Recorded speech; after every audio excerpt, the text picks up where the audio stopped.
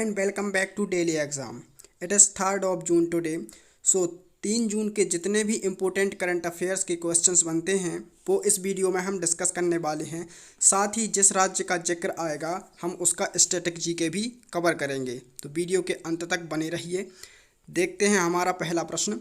हाल ही में किस राज्य ने अंतर्राष्ट्रीय मेंस्ट्रुअल हाइजीन डे पर उड़ान स्कीम को लॉन्च किया है?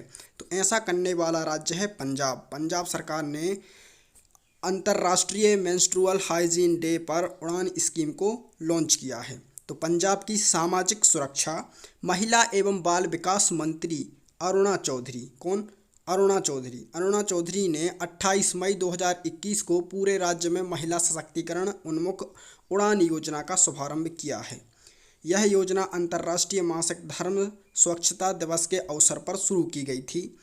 इस पहल के तहत राज्य की ज़रूरतमंद महिलाओं और लड़कियों को हर महीने निःशुल्क सैनिटरी पैड वितरित किए जाएंगे। इस उड़ान नामक योजना पर सालाना 40 करोड़ 55 लाख रुपए की राशि खर्च की जाएगी। इस उड़ान योजना में स्कूल छोड़ने वाली, स्कूल ना जाने वाली लड़कियां, कॉलेज नहीं जाने वाली युवतियां, बीपीएल परिवारों की महिलाएं, बेघर महिलाएं, झुग्गी झोपड़ी में निवास करने वाली महिलाओं आदि को शामिल किया गया है।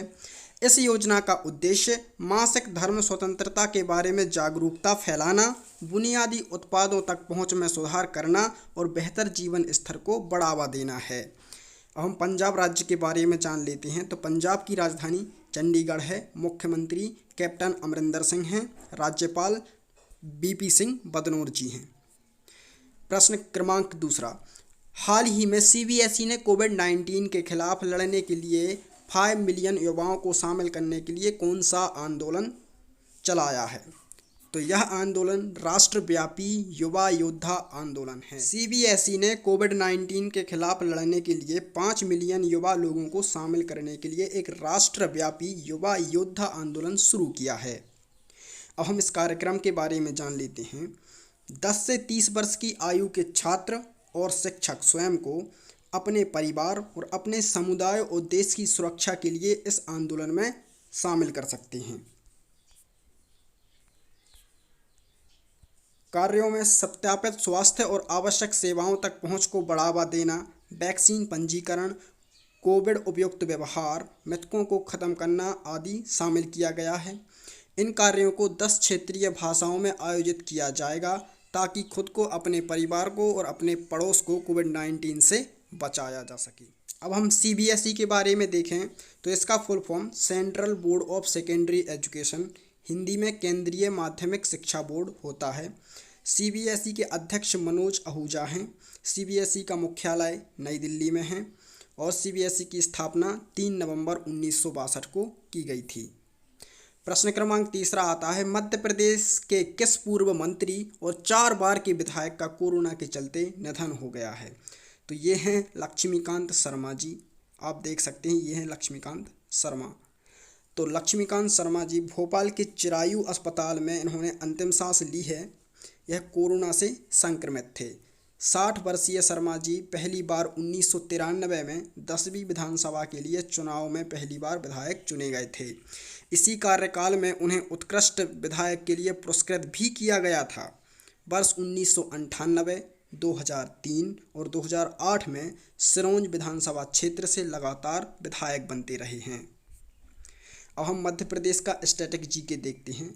मध्य प्रदेश राज्य का गठन 1 नवंबर 1956 को हुआ था। मध्य प्रदेश दिवस भी 1 नवंबर को ही मनाया जाता है, लेकिन वर्तमान स्वरूप में राज्य का गठन 1 नवंबर सन 2000 में हुआ था, जब मध्य प्रदेश से छत्तीसगढ़ अलग हुआ था। इसकी राजधानी भोपाल है। मध्य प्रदेश नाम किसने दिया है? तो मध्य प्रदेश नाम पंडित जवाहरलाल नेहरू ने दिया है। मध्य प्रदेश को हृदय प्रदेश का नाम भी पंडित जवाहरलाल नेहरू जी ने ही दिया। मध्य प्रदेश की भौगोलिक स्थिति देखें तो मध्य प्रदेश 21 अंश 6 उत्तरी अक्षांश से 26 अंश 30 उत्तरी अक्षांश तक तथा 27 अंश 9 पूर्वी देशांतर से 82 अंश 48 पूर्वी देशांतर तक स्थित है। मध्य प्रदेश के उपनाम हैं, पहले ही देखा है कि मध्य प्रदेश हृदय प्रदेश के नाम से भी जाना जाता है, नदियों का मायका कहते हैं और सोयाबीन राज्य टाइगर स्टेट भी है। मध्य प्रदेश का राजकीय वृक्ष है बरगद। साक्षरता दर है 69.3%। पुरुष साक्षरता दर है 78.7%। महिला साक्षरता दर है 59.2%। लोकसभा सीटें यहाँ पर 29 हैं। राज्यसभा सीटों की संख्या है 11। विधानसभा सीटों की संख्या है 230। राज्य का जनसंख्या घनत्व की हम बात करें तो 236 प्रति व्यक्ति वर्ग किलोमीटर है। कुल जनसंख्या 2011 की जनगणना के अनुसार 7,26,26,809 है। इसके बाद चौथा प्रश्न देखते हैं। हाल ही में चीन में आबादी नियंत्रण के लिए लगाई गई रोक को बढ़ाकर कितने बच्चों तक कर दिया गया है? तो यह बढ़ाकर 3 बच्चे कर दिया है, जो कि पहले 2 बच्चे थी। चीन में अब कोई भी दंपत्ति 3 बच्चे पैदा कर सकती है। चीन में लगातार गिरती जनसंख्या वृद्धि और आबादी को देखते हुए यह फैसला लिया गया है। चीनी सरकार की ओर दिए गए आदेश में पीछे सबसे बड़ा कारण ये है कि पिछले साल जनसंख्या की वृद्धि दर 1960 के दशक के बाद सबसे कम देखने को मिली थी। हम चीन के बारे में देखें तो चीन के राष्ट्रपति शी जिनपिंग हैं, प्रधानमंत्री ली कचियांग हैं, मुद्रा रेनमिनबी या युआन हैं। भारत और चीन के बॉर्डर की कुल लंबाई है 3,488 किलोमीटर। यह जम्मू कश्मीर, उत्तराखंड, हिमाचल प्रदेश, सिक्किम और अरुणाचल प्रदेश के साथ बॉर्डर साझा करता है। हाल ही में युवा लेखकों को प्रोत्साहित करने के लिए कौन सी योजना चलाई जा रही है?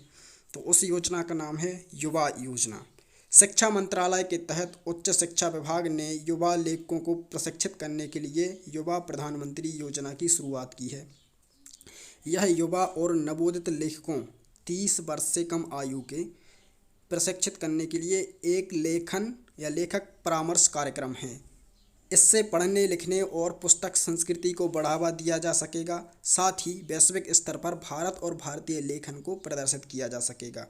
इस योजना के तहत तैयार की गई पुस्तकों का प्रकाशन नेशनल बुक ट्रस्ट भारत के द्वारा किया जाएगा।